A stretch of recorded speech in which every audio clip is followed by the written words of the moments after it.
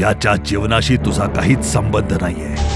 हा माझा मुलगा आहे. याची जबाबदारी फक्त माझी आहे. तुम्ही याच्या जीवनात दखल द्यायची बंद करा. मी त्याच्या आयुष्यात डोकावण्याचं कधीच बंद केलेलं आहे. पण आज तुम्ही लक्ष देऊन ऐका. जे काही आज या घरात झालं ते परत झालं नाही पाहिजे. त्याला जे काही करायचंय ते त्यानं बाहेर करावं, ह्या घरात नाही. समजलं तुला? हाय मेघना.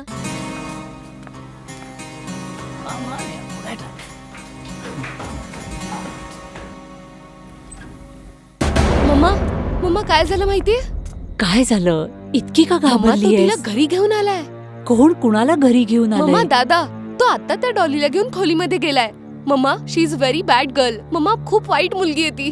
त्याची हिंमतच कशी झाली? नालायक मुलगा. त्याने तर मला त्रासच द्यायचा ठरवलाय. Mamma mamma please please mamma, control yourself. तू इथेच थांब. मी त्याला असा धडा शिकवून येते की तो आयुष्यभर विसरणार नाही. ती सुंदर आहेस. मेघनानी आपल्याला पाहिलंय. हे चांगलं नाही झालं. काही नाही होणार, तिला सगळं माहित आहे. वेट, कोणीतरी येईल इथे. ही माझी रूम आहे, इथे कोणीच नाहीयेत. तुझी या घरात यायची हिंमत कशी झाली? Get out.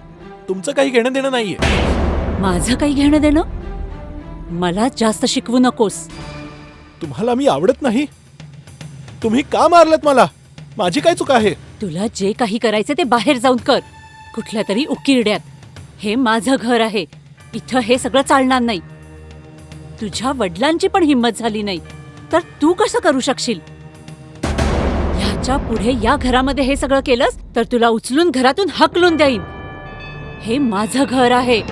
माझं घर, समजलं? माझं घर. हे घर माझं पण आहे. इथे इतका आरडाओरडा का? काही संकट आलंय का? हो, संकटच आलंय या घरावर. तुमचा हा लाडका मुलगा एका मुलीला घरी आणून तिच्या बरोबर मजा करतोय. मग त्यात काय झालं एवढं? या वयात ऐश नाही करणार तर कधी करणार? हा, तुम्ही तरी अजून काय शिकवणार त्याला? तुम्हाला माहिती तरी आहे हा काय करतोय, कुठे कुठे जातोय? सगळं माहितीये. हा ऐश करतोय, समजलं? तुम्ही का जळताय? मी असताना ऐश नाही केली तर कधी करणार? तो त्याचं जीवन उद्ध्वस्त करतोय. He is रुइनिंग his life. याच्या जीवनाशी तुझा काहीच संबंध नाहीये. हा माझा मुलगा आहे. याची जबाबदारी फक्त माझी आहे. तुम्ही याच्या जीवनात दखल द्यायची बंद करा. मी त्याच्या आयुष्यात डोकावण्याचं कधीच बंद केलेलं आहे. पण आज तुम्ही लक्ष देऊन ऐका. जे काही आज या घरात झालं ते परत झालं नाही पाहिजे. त्याला जे काही करायचंय ते त्यानं बाहेर करावं, ह्या घरात नाही. समजलं तुला?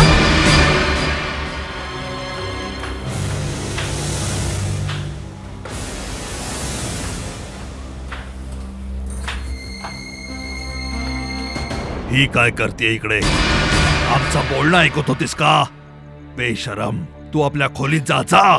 लाज नाही वाटत मेघनावर असं ओरडताना? लाज तर हिला वाटली पाहिजे. ही इकडे खाली उभी राहून आपलं बोलणं ऐकत होती. मम्मा, मी घाबरले. माझ्याशी वाद घालतेस काय? खबरदार जर माझ्या मुलीवर हात उगाराल तर.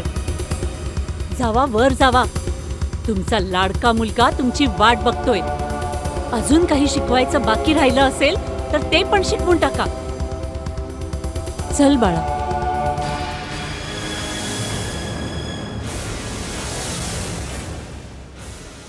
घाबरू नकोस.